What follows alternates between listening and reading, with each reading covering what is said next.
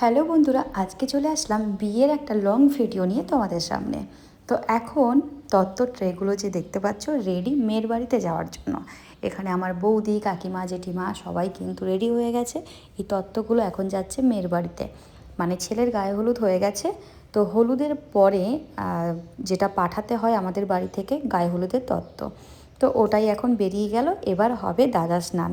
যেহেতু দাদা স্নান হতে অনেকটা সময় লাগবে, তাই জন্য আগে হলুদটা চলে গেল, কারণ ওখানে যেতেও তো সময় লাগবে, ওখানে অনেক নিয়মকানুন আছে। তাহলে চানটা কখন হবে? এমনিতেই আমাদের 2টো বেজে গেছিলো দাদার চান হতে হতে। তো এখন চলো দাদা স্নানটা তোমাদেরকে দেখাই। যেহেতু আমার গ্রামে বাড়ি, গ্রামের অনেক নিয়মকানুন আছে, তোমরা অনেকে হয়তো জানো না বা তোমাদের নিয়মকানুন আলাদা। তো ভাবলাম তাই শেয়ার করি তোমাদের সাথে এই ভিডিওটা, যেহেতু আমার কাছে করাই ছিল। তো তোমাদের কেমন লাগলো সেটাও জানাবে, আর তোমাদের কার কার বাড়িতে এরকম নিয়ম আছে জানিও কিন্তু। আর আমাদের গায়ে হলুদের পর স্নানটা কিন্তু পুকুরে হয়। তো চলো এবার ঘাটে যাওয়া যাক। আর এই হলো আমার বড়দা, মানে বড় জেঠুর ছেলে। খুব বাজি, মানে এত বদমাশ, এত মজা করতে ভালোবাসে। দাদার বিয়ের সাথে নাকি সেও বিয়ে করবে, তাই জন্য সেও গায়ে হলুদ করেছে, আলতা পরেছে পায়ে, এবার যাচ্ছে ঘাটে। তো আমরা মজা করছি যে বৌদির কী হবে তাহলে। এই যে হলো বৌদি, ওই দাদাটার বউ। তো আমরা সবাই মিলে এবার ঘাটে এসেছি, স্নান হবে। আর আমার সর্দি শুধু খেয়েই যাচ্ছে খেয়েই যাচ্ছে। তো এখন মানে 7জন কি 9জন লাগে, আমাদের মনে হয় 7জন ছিল। তো সবাই মিলে একে অপরের আঁচল ধরে এই স্নানটা করানো হয়।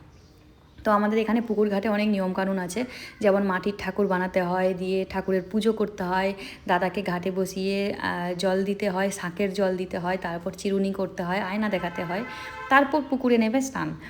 তো বললাম না, গ্রামের নিয়মকানুন অনেক। তারপর মিষ্টি খাওয়ায়, অনেকে আবার নাড়ু বানিয়ে খাওয়ায়। তো আমাদের নাড়ুটা কম, তাই মিষ্টিটা বেশি আনা হয়েছে। তো চলো, আমরা ভীষণ মজা করেছি, ভীষণ মজা। খুব মিস করছি ওই দিনগুলো, কারণ বিয়েটা তো আগে হয়ে গেছে। তোমাদেরকে ভিডিওটা আমি পরে শেয়ার করছি। আর এই হলো আমার বড় বৌদি, বংশের বড় বৌমা। এই বৌদিকে দেখলে আমার একটাই কথা মনে পড়ে, যে আমার বড়দার যখন বিয়ে হয় তখন আমি একদম ছোট, 2 থেকে 3 বছর বয়স।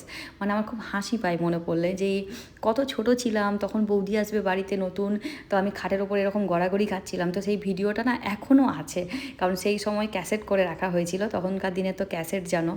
তো এখন নিয়মকানুন আমাদের স্টার্ট।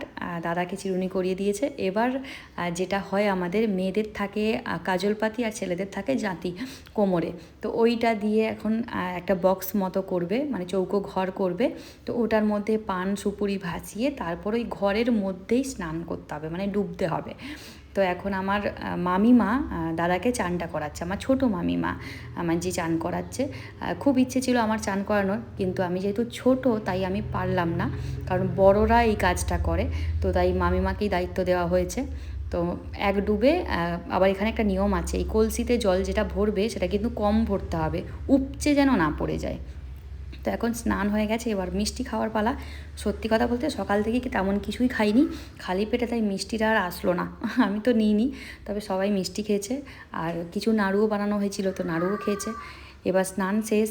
চলো নেক্সট কিন্তু রাতের ভিডিও তোমাদের সাথে শেয়ার করব, যে বিয়েবাড়িতে কেমন সাজলাম, বিয়েবাড়িটা কেমন কাটলো। আর আমাদের গ্রামের বললাম না বিয়ের অনেক নিয়মকানুন আছে, তাই বিয়ের ভিডিওটা অবশ্যই দেখো কিন্তু। চলো টাটা, ভালো থেকো।